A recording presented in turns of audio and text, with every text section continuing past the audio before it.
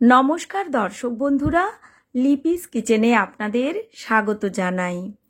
আজ হাজির হয়েছি ঝিঙ্গে আলু পোস্তর রেসিপি নিয়ে। খুবই জনপ্রিয় আর ট্র্যাডিশনাল এই রেসিপিটি আমি একেবারেই নিজের মতো করে বানাবো। এভাবে বানিয়ে দিলে আমার পরিবারের সবাই কিন্তু খুব খুশি হয়ে খায়। আশা করছি আপনাদেরও রেসিপিটি ভালো লাগবে। আমার চ্যানেল এখনও না সাবস্ক্রাইব করা থাকলে চ্যানেলটি সাবস্ক্রাইব করার অনুরোধ রইল। প্রথমে কড়াই গরম করে নিয়ে নিয়েছি সর্ষের তেল। তেল গরম হলে ডুমো করে কেটে রাখা আলু দিয়ে দিচ্ছি। এখানে আমি দুটি মাঝারি সাইজের আলুকে ছোট ছোট ডুমো করে কেটে রেখেছিলাম। পরিমাণ মতো লবণ দিয়ে আলুকে একটু ভাজা ভাজা করে নিচ্ছি প্রথমে। সেই সময় আমি পোস্তটা বেটে নিচ্ছি। এখানে প্রায় 2 থেকে আড়াই টেবিল চামচ পোস্ত আমি নিয়েছি। পোস্তটাকে আপনারা যদি মিক্সিতে পিষে নিতে চান সেক্ষেত্রে জল না দিয়ে প্রথমে কয়েকবার ঘুরিয়ে তারপর জল দিয়ে বেটে নিলে মসৃণ হয়ে বাটা হয়ে যাবে।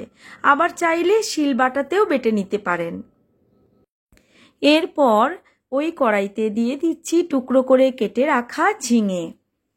800 গ্রাম ঝিঙের খোসা ছাড়িয়ে ভালো করে ধুয়ে জল ঝরিয়ে রেখেছিলাম।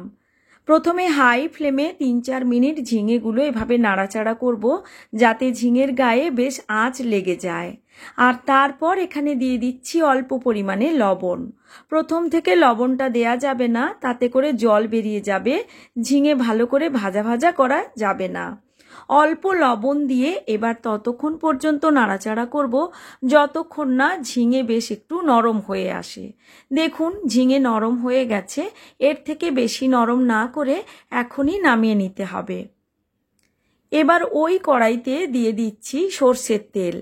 প্রথমে দিচ্ছি কালো জিরে হাফ চামচেরও একটু কম, দিলাম 2টি চেরা কাঁচা লঙ্কা। একটু ভেজে নিয়ে এবার দিয়ে দিচ্ছি পেঁয়াজ কুচিয়ে। বড় সাইজের একটি পেঁয়াজকে আমি লম্বা লম্বা পাতলা করে কেটে রেখেছিলাম। নিরামিষের দিন ছাড়া অন্য দিন বানালে আপনারা এভাবে পেঁয়াজ দিয়ে বানাবেন, তাতে করে টেস্টটা অনেক ভালো হয়। পেঁয়াজটাকে এখন বেশ লালচে রং করে ভেজে নিয়ে এর মধ্যে দিয়ে দিলাম হাফ ইঞ্চ পরিমাণ আদা গ্রেট করে।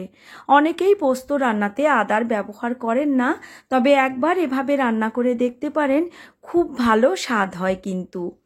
এরপর দিয়ে দিলাম খুব অল্প পরিমাণে সামান্য একটু হলুদের গুঁড়ো আর লাল লঙ্কার গুঁড়ো হাফ চামচের একটু বেশি। অনেকে পোস্ত রান্নাতে হলুদের ব্যবহার করেন না, তবে এই রান্নাতে আমি খুব অল্প একটু হলুদ দিয়ে থাকি। এবার এখানে মশলাটা কষানো হলে বা হলুদ লঙ্কা গুঁড়ো দেওয়ার পর কষিয়ে নেওয়ার পর দিয়ে দিচ্ছি বেটে রাখা পোস্ত। পোস্তটা দিয়ে আবারও খুব ভালো করে নাড়াচাড়া করব। খুব বেশি সময় ধরে কষানোর প্রয়োজন নেই। মোটামুটি 4 মিনিট মতো বা 4 থেকে 5 মিনিট কষালেই দেখবেন পোস্ততে একটা দানা দানা টেক্সচার চলে এসেছে। তখনই ভেজে রাখা আলু আর ঝিঙে দিয়ে দেব। এভাবে আগে থেকে আলু ঝিঙে ভেজে নিয়ে তারপর দিলে পোস্তটা ওভারকুক হয়ে যাবে না রান্নার সময়। পোস্ত বেশি সময় ধরে রান্না করলে কিন্তু তার আসল স্বাদটা নষ্ট হয়ে যায়। যেহেতু ঝিঙে আলু ভাজা আছে তাই রান্নাটা হতে আর বেশি সময় লাগবে না। এখন পরিমাণ মতো বাকি লবণ দিয়ে দিলাম। যেহেতু আলু আর ঝিঙে ভাজা করার সময় লবণ দিয়েছিলাম, সে কথা মাথায় রেখেই ভালো করে মশলার সঙ্গে আলু ঝিঙে কষিয়ে নিয়ে তারপর এখানে পরিমাণ মতো জল দিয়েছি। রান্নাটা গামাখা হবে সেইভাবেই জলটা দিয়েছি। এবার দিয়েছি অল্প একটু চিনি। এবার ঢাকা দিয়ে রান্না করব। মোটামুটি মিডিয়াম ফ্লেমে প্রায় মিনিট 5 রান্না করার পর এখন ঢাকনা খুলে দিয়েছি। দেখুন আলু ঝিঙে সুন্দর সুসেদ্ধ হয়ে গেছে, তবে রান্নাটা এখনো একটু গামাখা করে নিতে হবে।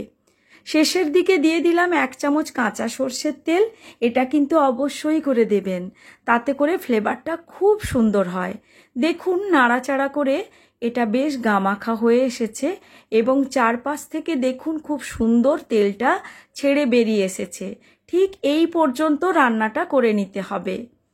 এবার আমি ফ্লেম অফ করে ঝিঙে আলুর পোস্ত সার্ভ করে দিচ্ছি। দেখতেই পাচ্ছেন কতটা লোভনীয় দেখতে হয়েছে, খেতেও কিন্তু দুর্দান্ত হয়। আশা করছি আপনাদের ভালো লেগেছে। ভালো লাগলে লাইক, শেয়ার ও কমেন্ট করার অনুরোধ রইল। আজকের মতো এই পর্যন্তই। আবার হাজির হব নতুন কোনো রেসিপি নিয়ে। সবাই ভালো থাকবেন।